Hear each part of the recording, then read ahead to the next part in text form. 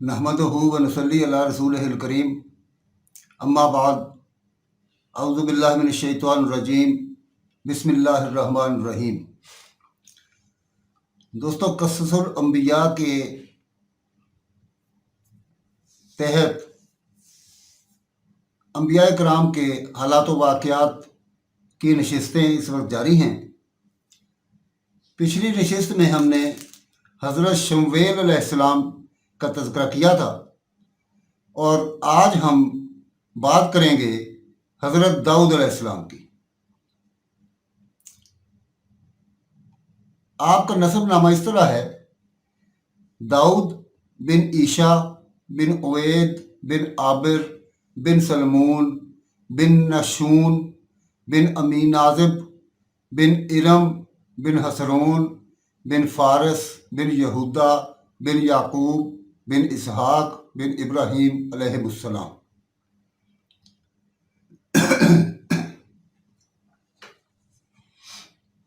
वहब बिन mamba रहमुल्लाह से रिवायत है कि हज़रत दाऊद अलैहिस्सलाम का कद छोटा था, आंखें नीली थीं, बाल कम थे और दिल पाकीज़ा था। जब हज़रत दाऊद अलैहिस्सलाम ने जालूत को कत्ल किया तो आपको बनी इसराइल में इज्जत और हरदिल अजीज़ी हासिल हो गई। आखिरकार आपको बादशाह बना दिया गया। अल्लाह ताला ने आपको नबूवत भी अता फरमाई। इस तरह नबूवत और हुकूमत एक ही फर्द में जमा हो गई। इससे पहले बादशाह और कबीले से होता था और नबी किसी और कबीले से। अल्लाह ताला ने फरमाया,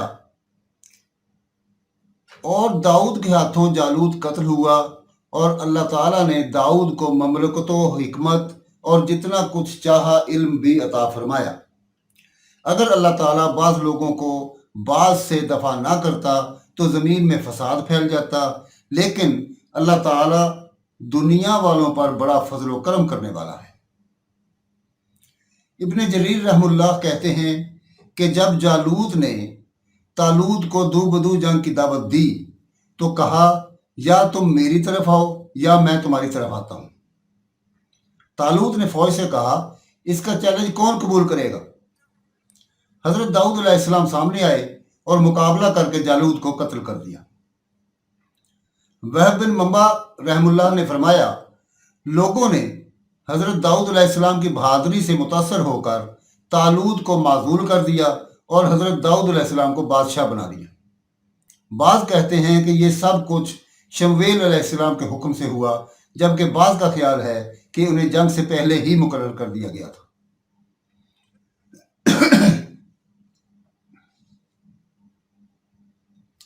अल्लाह ताला ने हज़रत दाऊद अलैहिस्सलाम को बहुत सी नेमतों से माला माल फरमाया था, जिनमें हुस्न सौत और हुस्न इबादत के साथ परिंदों और पहाड़ों की तस्खीर भी शामिल थी। इरशाद बारी ताला है, और हमने दाऊद को अपनी तरफ से बरतरी बख्शी थी। ए पहाड़ों, उनके साथ तस्बीह करो, और परिंदों को उनके इर्द गिर्द जमा कर दिया और उनके लिए हमने लोहे को नरम कर दिया कि कुशादा ज़रें बनाओ और कड़ियों को अंदाजे से जोड़ो और नेक अमल करो। जो अमल तुम करते हो मैं उनको देखने वाला हूँ। दूसरे मकाम पर फरमाया, और हमने पहाड़ों को दाऊद के लिए मुसख्खर कर दिया कि उनके साथ तस्बीह बयान करते थे, और परिंदों को भी ताबे कर दिया था, और हम ही ऐसा करने वाले थे। और हमने तुम्हारे लिए उनको एक तरह का लिबास बनाना भी सिखा दिया ताकि तुमको लड़ाई के ज़रर से बचाए। बस तुम्हें शुक्रगुजार होना चाहिए। दोस्तों, हज़रत दाऊद अलैहिस्सलाम के हाथ में लोहा नरम हो जाता था। उन्हें यह वस्फ मोजज़ा के तौर पर अता किया गया था। ये भी मुमकिन है कि अल्लाह ताला ने आपको लोहा नरम करने का हुनर सिखा दिया हो ताकि उससे ज़रें बनाकर जंग में पहनी जाएं और दुश्मन के हमले से दिफा हो सके। कतादा रहमुल्लाह अलैह फरमाते हैं, अल्लाह ताला ने आपके लिए लोहा नरम कर दिया था, यानी आपको लोहे की चीज़ें बनाने के लिए आग या हथौड़े की ज़रूरत नहीं होती थी। ठंडे लोहे को हाथ से मोड़कर जो चाहते बना लेते थे। सबसे पहले आपने लोहे के हल्के जोड़कर ज़रा बनाई। इससे पहले बचाव के लिए لوہے کے تختے استعمال ہوتے تھے۔ ابن شوذب کا کہنا ہے کہ آپ روزانہ ایک زرہ بنا لیتے تھے جو 6,000 درہم کی بک جاتی تھی۔ رسول اللہ صلی اللہ علیہ وآلہ وسلم نے فرمایا، اللہ کے نبی حضرت داؤد علیہ السلام بھی اپنے ہاتھ کی کمائی کھاتے تھے۔ ارشاد باری تعالیٰ ہے، اور ہمارے بندے داؤد کو یاد کرو جو صاحب قوت تھے اور بے شک وہ رجوع کرنے والے تھے۔ ہم نے پہاڑوں کو ان کے زیر فرمان کر دیا تھا کہ صبح و شام ان کے ساتھ اللہ پاک کا ذکر کرتے تھے، اور پرندوں کو بھی کہ وہ جمع رہتے تھے، سب ان کے فرما بردار تھے، اور ہم نے ان کی بادشاہی کو مستحکم کیا اور ان کو حکمت عطا کی اور جھگڑے کی بات کا فیصلہ سکھایا۔ حضرت ابن عباس رضی اللہ عنہ اور مجاہد رحم اللہ فرماتے ہیں کہ قوت سے مراد عبادت کی طاقت اور نیک کام انجام دینے کی قوت ہے۔ حضرت قتادہ رحم اللہ بیان کرتے ہیں کہ انہیں عبادت کی طاقت اور دین کی سمجھ ملی تھی۔ صحیحین میں ہے کہ رسول اللہ صلی اللہ علیہ وآلہ وسلم نے فرمایا، اللہ تعالیٰ کو داؤد علیہ السلام کی نماز تمام نمازوں سے زیادہ پیاری ہے، اور داؤد علیہ السلام کا روزہ سب روزوں سے پیارا ہے۔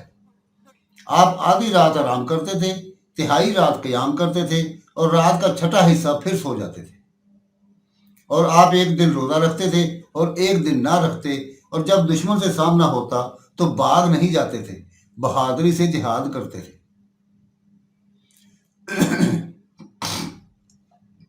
اللہ تعالیٰ نے فرمایا، ہم نے پہاڑوں کو ان کے تابع کر رکھا تھا کہ اس کے ساتھ شام کو اور صبح کو تسبیح خوانی کرے۔ اللہ تعالیٰ نے آپ کو بے مثال عمدہ آواز عطا فرمائی تھی۔ جب آپ ترنم کے ساتھ زبور کی تلاوت کرتے تو اڑتے ہوئے پرندے رک کر آپ کی نغمگی اور تسبیح خوانی کا ساتھ دیتے۔ اسی طرح صبح و شام تسبیح خوانی کے وقت پہاڑوں کی گونج بھی آپ کا ساتھ دیتی تھی۔ امام اوزاعی رحم اللہ فرماتے ہیں کہ حضرت داؤد علیہ السلام کو اتنی پیاری آواز دی گئی تھی کہ جنگلی جانور اور پرندے آپ کی تلاوت سن کر آپ کے ارد گرد جمع ہو جاتے تھے۔ حضرت وہاب کہتے ہیں کہ جو بھی آپ کی آواز سنتا وہ جھومنے لگتا۔ آپ ایسی سریلی آواز سے زبور کی تلاوت کرتے تھے کہ کسی کان نے ایسی آواز کبھی نہ سنی تھی۔ آپ کی پرترنم آواز سن کر جنوں انس، پرندے اور مویشی مگن ہو جاتے تھے۔ ام المومنین حضرت عائشہ رضی اللہ عنہا سے روایت ہے کہ رسول اللہ صلی اللہ علیہ وآلہ وسلم نے ابو موسیٰ اشعری رضی اللہ عنہ کی تلاوت کی آواز سنی تو فرمایا، اسے داؤد علیہ السلام کی نغمگی میں سے حصہ ملا ہے۔ اس حسن صوت کے ساتھ ساتھ آپ کو یہ خاصیت بھی حاصل تھی کہ بہت تیزی سے تلاوت کر سکتے تھے۔ رسول اللہ صلی اللہ علیہ وآلہ وسلم نے فرمایا، داؤد علیہ السلام پر تلاوت آسان کر دی گئی تھی۔ آپ گھوڑے پر کاٹھی ڈالنے کا حکم دیتے اور گھوڑا تیار ہونے سے پہلے قرآن یعنی زبور پڑھ لیتے، اور آپ صرف اپنے ہاتھ کی کمائی کھاتے تھے۔ یہ تلاوت تدبر اور خشوع کے ساتھ ہوتی تھی، اور قرآن سے مراد زبور ہے جو آپ پر نازل ہوئی تھی۔ اللہ تعالیٰ کا ارشاد ہے، وَآتَيْنَا دَاوُودَ زَبُورًا، اور ہم نے داؤد کو زبور عطا فرمائی۔ زبور ماہ رمضان میں نازل ہوئی تھی، اس میں واعظ اور حکمت کی باتیں تھیں۔ دیگر نعمتوں کے علاوہ آپ کو اللہ تعالیٰ نے جھگڑوں کے فیصلے کرنے کی خصوصی صلاحیت سے بھی نوازا ہے۔ اللہ تعالیٰ نے فرمایا، ہم نے اس کی سلطنت کو مضبوط کر دیا تھا اور اسے حکمت دی تھی اور بات کا فیصلہ کرنا سکھایا تھا۔ حضرت ابن عباس رضی اللہ عنہ سے روایت ہے کہ 2 آدمی اپنا مقدمہ لے کر داؤد علیہ السلام کے پاس آئے۔ مدعی کا کہنا تھا کہ اس نے مجھ سے گائے چھین لی ہے۔ مدعا علیہ نے انکار کیا۔ آپ نے ان کا فیصلہ رات تک مؤخر کر دیا۔ جب رات ہوئی تو اللہ کی طرف سے وحی نازل ہوئی کہ مدعی کو قتل کر دیا جائے۔ صبح ہوئی تو حضرت داؤد علیہ السلام نے مدعی سے کہا، اللہ تعالیٰ نے میری طرف وحی کی ہے کہ تجھے قتل کر دوں، اس لیے میں تجھے ضرور قتل کروں گا۔ اب سچ سچ بتا دو کہ حقیقت کیا ہے۔ اس نے کہا، اللہ کے نبی، میں اپنے دعویٰ میں بالکل سچا ہوں، لیکن میں نے اس کے باپ کو قتل کیا تھا۔ इस शख्स को दाऊद अलैहिस्सलाम ने सजाए मौत का हुक्म सुनाया। इस वाक़या से बनी इसराइल की नज़र में हज़रत दाऊद अलैहिस्सलाम का मकाम बहुत बुलंद हो गया और उन्होंने बहुत अच्छी तरह आपकी इताअत कबूल की। इसीलिए अल्लाह ताला ने फरमाया है, हमने उसकी सल्तनत को मजबूत कर दिया था और उसे हिकमत नबूवत अता की थी और बात का फैसला करना सिखाया था। हदीस नबवी है, गवाह पेश करना मुद्दई की जिम्मेदारी है और इनकार करने वाले मुद्दा अलैह के जिम्मे कसम खाना है। हजरत मुजाहिद और सद्दी रहमतुल्लाह अलैहा फरमाते हैं, बात का फैसला करने से मुराद मुकदमा को समझकर सही फैसला करने की तौफीक है। इरशाद बारी ताला है, भला तुम्हारे पास उन झगड़ने वालों की भी खबर आई है जब वो दीवार फांद कर इबादत खाने में दाखिल हो गए। जिस वक्त वो दाऊद के पास आए तो वो उनसे घबरा गए। सो उन्होंने कहा कि खौफ न कीजिए, हम दोनों का एक मुकदमा है कि हम में से एक ने दूसरे पर ज्यादती की है, तो आप हम में इंसाफ के साथ फैसला कर दीजिए और बेइंसाफी ना कीजिएगा और हमको सीधा रास्ता दिखा दीजिए। कैफियत ये है कि ये मेरा भाई है, इसके यहाँ 99 दुम्बियाँ हैं और मेरे पास एक दुम्बी है। वो कहता है कि वो ये भी मेरे हवाले कर दे और वो गुफ्तगू में मुझ पर ज़बरदस्ती करता है। उन्होंने कहा कि ये जो तेरी दुम्बी मांगता है कि अपनी दुम्बियों में मिला ले, बेशक तुझ पर जुल्म करता है और अक्सर शरीक एक दूसरे पर ज़्यादती ही किया करते हैं। हाँ, जो ईमान लाए और अमल नेक करता रहे और ऐसे लोग बहुत कम हैं।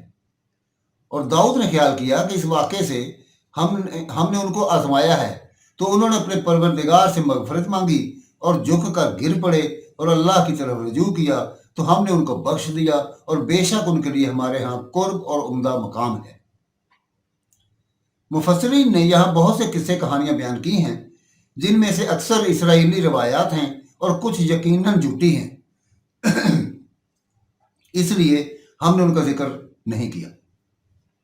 अल्लाह ताला ने फरमाया, ए दाऊद, हमने तुमको ज़मीन में बादशाह बनाया है, लिहाजा लोगों में इंसाफ के साथ फैसले किया करो और अपनी ख्वाहिश की पैरवी ना करो कि वो तुम्हें अल्लाह के रास्ते से भटका देगी।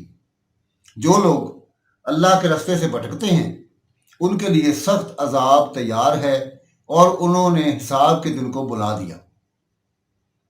इस आयत में दाऊद अलैहिस्सलाम को मुखातब किया गया है, लेकिन असल मकसूद तमाम हुक्मरानों और अफसरों को हुक्म देना है कि वो इंसाफ करें, अल्लाह की तरफ से नाज़िल शुदा हक़ की पैरवी करें, दूसरी आरा और दिल की ख्वाहिशात ना मानें। इसमें उसके बरक्स अमल करने वाले बेइंसाफ हुक्मरानों के लिए तंबीह है। हज़रत दाऊद अलैहिस्सलाम अपने दौर में इंसाफ, कसरत इबादत और तमाम नेकियों की अंजाम दही का एक लायक इत्तबा नमूना थे। रात और दिन का कोई हिस्सा ऐसा नहीं गुजरता था जिसमें उनके घर का कोई ना कोई फ़र्द इबादत में मशगूल ना हो। जैसे अल्लाह ताला ने फरमाया, ए आले दाऊद, उसके शुक्र के तौर पर नेक अमल करो, मेरे बंदों में से शुक्रगुजार बंदे कम ही होते हैं।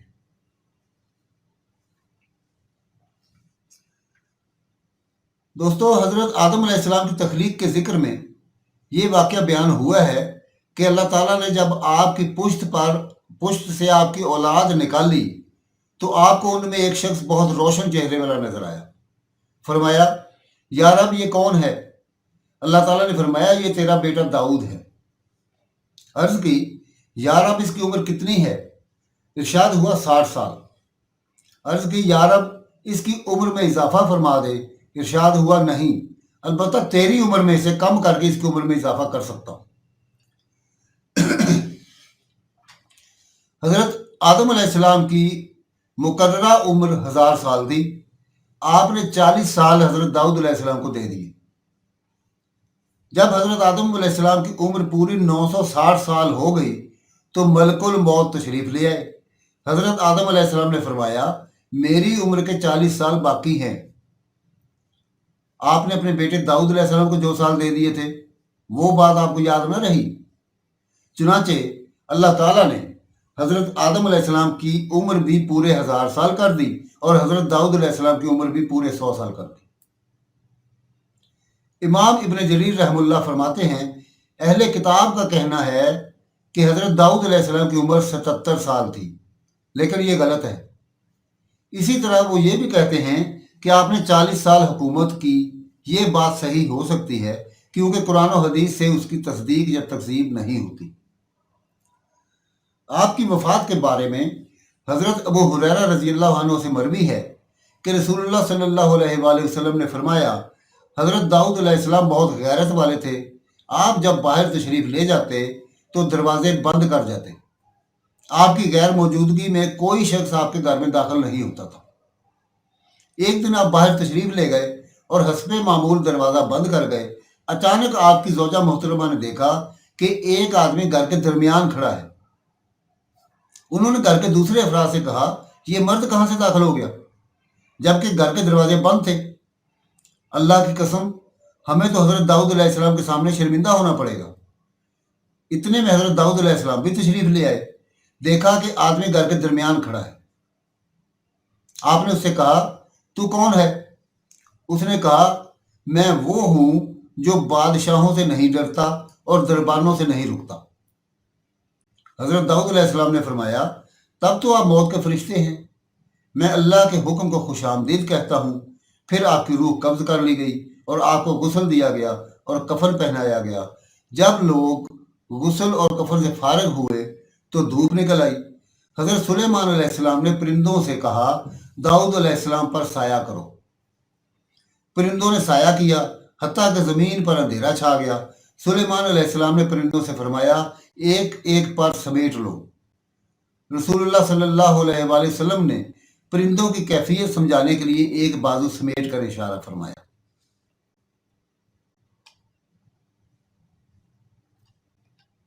دوستو،